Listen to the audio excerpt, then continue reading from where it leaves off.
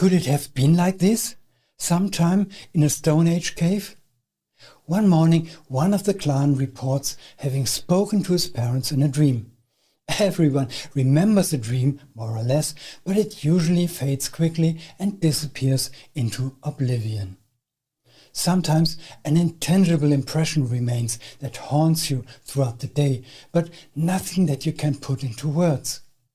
But talking to parents who have been dead for a long time, that is a sensation.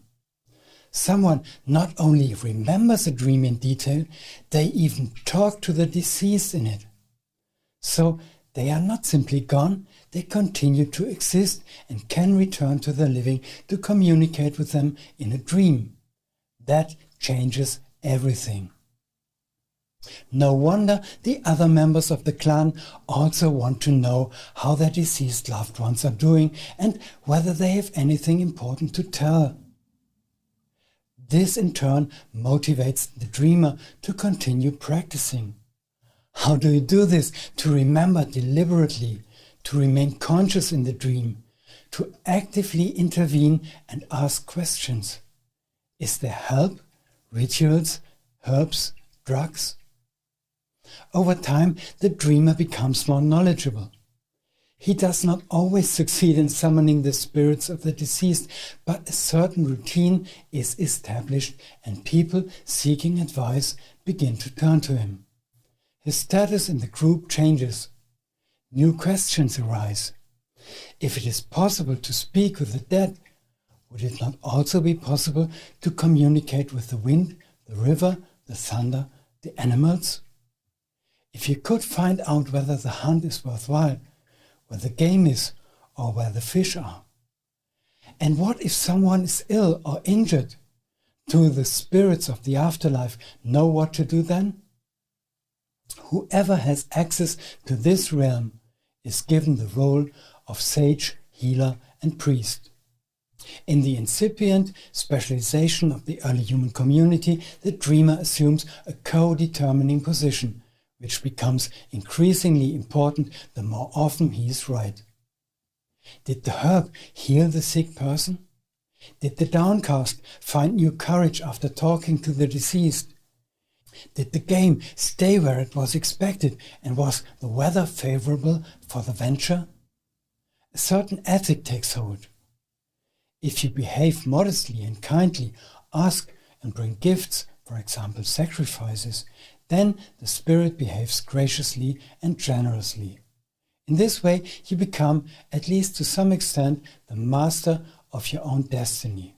You thank the animal you have killed and leave some of it to give back to its spirit in the spiritual realm. You don't kill for fun, but to survive.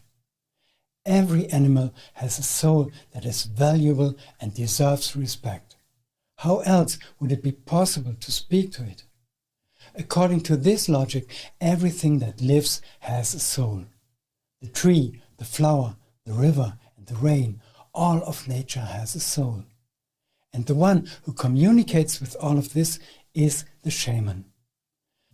A term which of course only became popular after Michael Harner transferred it from Siberia to all traditional healers and medicine men and women in the 1970s. Interestingly, people in this Native America now also call healers shamans, and the world is growing together. It was the same with spirits. With the emergence of religion, the abstraction of thought began, and mentally we moved to the meta level. The spirit of the individual pine tree receded behind that of the pine trees as a whole, which in turn made room for the spirit of the forest, that of nature, and suddenly they were the all-dominant gods crowning this concentration of power. While in ancient Greece the three macho gods, Zeus, Poseidon and Hades, were already at the helm, while the others lacked the authority to exert comprehensive influence, spiritual power in human society ultimately focused on just one god and the big picture. Sometimes, however, it seems appropriate to turn back to the small things. That which is represented by shamanism, the return to the simple forces that offer help when you make peace with them. The worldview of shamanism is a coherent one, although it is based on a great deal of ignorance. For what did early humans know about weather patterns and low-pressure areas, atoms and cell mutations? How could they have? And yet they developed a useful compass for their world. Instead of using measuring devices, they had to rely on precise observation of nature and its phenomena, intuition and experience. These skills are in danger of being lost in times when children no longer learn to write because they are using tablets. Isn't digitalization also a form of abstraction? Experiences are no longer made by oneself, they are digitized and streamed. Honestly, I fear the day when the power goes out and countless people die of starvation because they can no longer open their cans of ravioli without an electric can opener. Let's not even talk about going out and looking for something to eat. Swiping and scrolling are useless outside the digital world. However, our topic will be spirituality, shamanism, and in particular the use of plants and herbs, some of which can be found in modern flower therapy. Burning dried plants and inhaling the smoke was one of the early techniques used by shamans to create dream experiences. Flower essences offered the advantage you can benefit from the plants without having to ruin your lungs. One of these is called dream herb, while its real name is mugwort. Artemisia douglasiana is the botanical name of the species native to North America, which is called mugwort in English. From California, where mugwort essence was first produced, the manufacturers Richard Katz and Patricia Kaminsky claim that it serves to integrate psychic and dream experiences into daily life and pave the way for a multidimensional consciousness.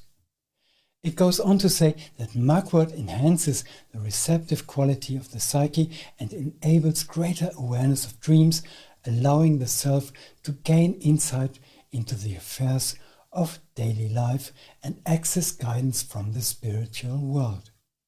Let's take a look at the best known species native to our latitudes, Artemisia vulgaris. The common mugwort is a widespread plant in Europe. It belongs to the composite family and can be found all over the continent, from the southern regions to the far north. The plant prefers to grow along roadsides, on fallow land, in gardens, in fields and on forest edges. It is adaptable and robust and can thrive in different types of soil. However, it prefers sunny locations with well-drained soil. Due to its invasive nature, it is sometimes mistaken for a weed. From a shamanic point of view, this could be interpreted as an indication that mugwort wants to be close to us, because it has a special value for us, a message or energy that can be helpful to us. The flower looks very, very similar to the American mugwort. Traditionally, in Europe, pillows were filled with mugwort to induce good dreams. It was and is used to harmonize the menstrual cycle with that of the moon, which in turn symbolizes the night and dreams. Incidentally, Artemis, who gave the plant its name, was also of the nocturnal variety. Images show the Greek goddess in the moonlight when she goes hunting. Mugwort balances our biorhythm, makes us adaptable to and promotes harmony with nature. A third Artemisia species completes the series of closely related plants. It is Artemisia absinthium, the wormwood plant, which promotes the authenticity of the personality both internally and externally. You don't want to dream nonsense when you are on a spiritual quest. You want to gain information that is valuable and helps you personally. Wormwood can make it easier to identify and avoid the wrong path. The best known combination of three closely related flowers is certainly the yarrow trio. All yarrows have a protective function, so it was an obvious choice to combine them. The Artemisia trio is less well known, as shamanism probably only plays a minor role in modern society and receives little attention compared to the search of new vaccines or effective cancer therapy.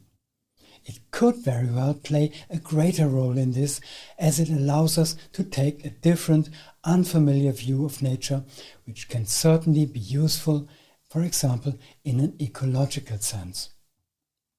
Artemisia trio is a combination remedy for all those who want to come to terms with themselves, stand by their nature instead of denying it, are courageously and curiously prepared to break new ground and want to gain insight and have new experiences. Helping dreamers not only to remember their dreams, but possibly even to become aware of them while they are still dreaming, and thus to be able to intervene in dream events. This allows you to ask the burning questions personally. You could become a shaman yourself. Another tool used by shamans besides incense with herbs is the medicine wheel, which we want to explore in this short video series. The medicine wheel serves as a kind of compass for life. It provides the tool for your journey through life. In addition to flower essences, other, perhaps strange or even obscure essences from gemstones, animals and places are also included. And if you still find this interesting, you are cordially invited to watch the other episodes of the Shaman Spirit video series.